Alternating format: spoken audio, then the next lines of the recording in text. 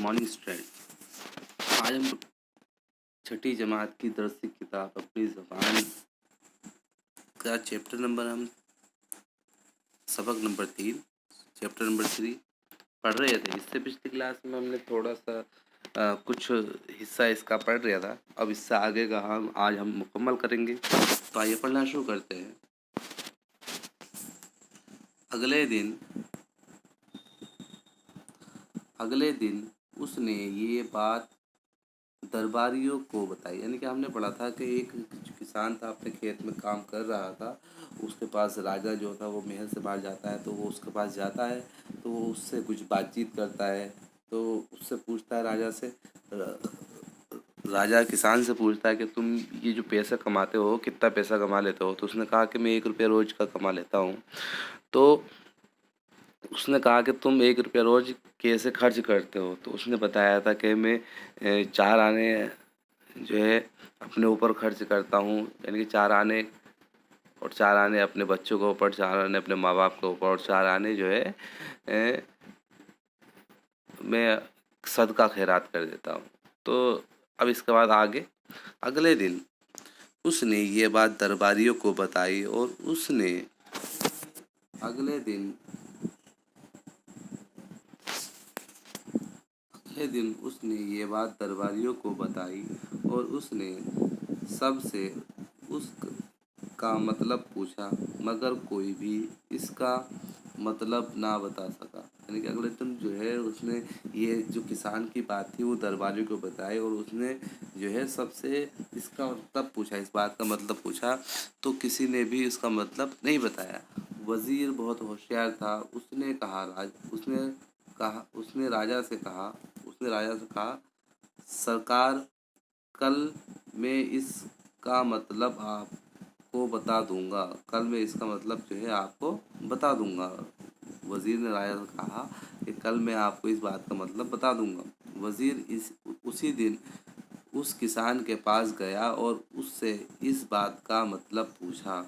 यानी कि वज़ीर जो था उस दिन उस किसान के पास गया और उससे इस बात का मतलब पूछा। किसान ने कहा, राजा ने मुझे मना किया है।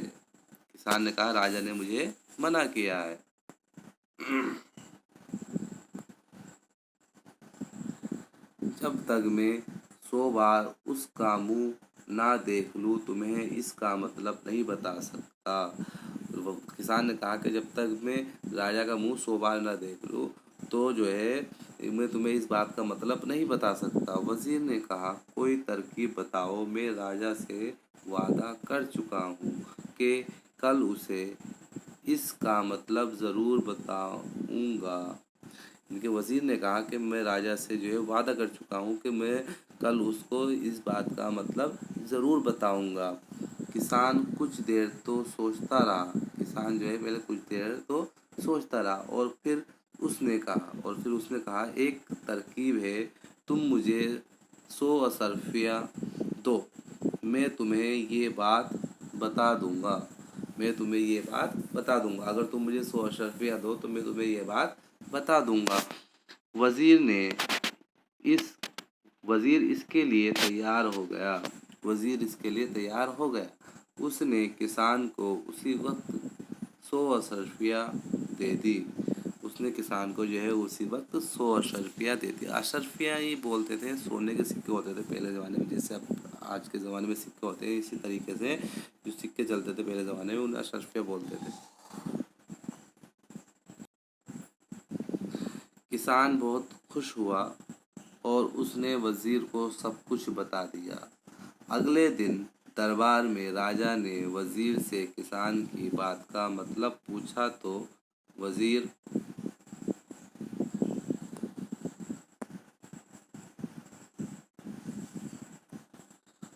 ने किसान की बात का ठीक ठीक मतलब बता दिया।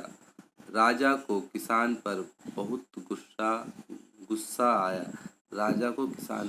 गुस्सा आया और अगले दिन जो है कि वज़ीर ने जो है किसान की बात का ठीक ठीक मतलब बता दिया। और फिर इसके बाद क्या, राजा को किसान की बात पर बहुत ही ज़्यादा गुस्सा आया। उसने फौरन सिपाही को भेजकर किसान को दरबार में बुला भेजा। और उसने फ़ौरन ही किसान को जो है अपने दरबार में अपने सिपाही भेजकर बुलवा लिया। किसान दरबार में आया तो राजा ने कहा, किसान जब दरबार में आया, राजा ने कहा, तुमने हमसे वादा किया था कि किसी को अपनी बात का मतलब नहीं बताओगे। तुमने हमसे वादा किया था कि किसी को अपनी बात का मतलब नहीं बताओगे, लेकिन तुमने वजीर को सब कुछ बता दिया। तुमने वजीर को सब कुछ बता दिया। तुमने वादा खिलाफी की है, यानी कि तुमने वादा बोलते प्रॉमिस को तुमने वादा जो है तोड़ा है। वादा खिलाफी का मतलब होता है वादा तोड़ा है। किसान ने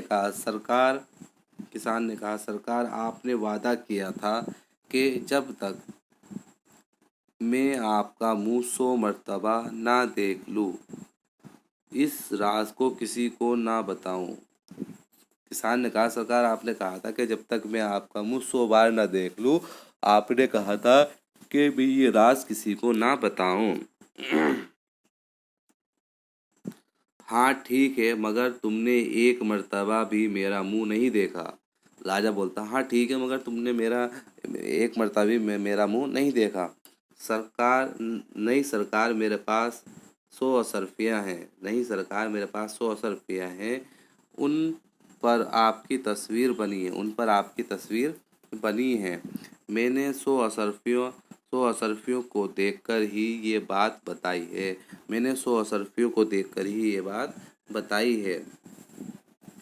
राजा किसान की अक्लमंदी पर बहुत खुश हुआ और उसने उसे 100 अशर्फियाँ और इनाम में दी।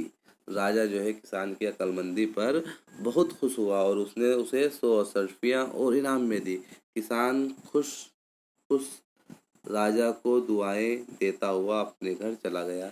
अब किसान जो था वो राजा खुश खुश यानी कि बहुत ज़्यादा खुश होता हुआ राजा को दुआएं देता हुआ फिर अपने घर चला गया। तो बच्चों इस कहानी में ये जो लोक कहानी है हमने इसमें पढ़ा है कि जो है किस तरीके से एक किसान को 200 अशर्फियाँ मिली उसकी अक्लमंदी की वजह से।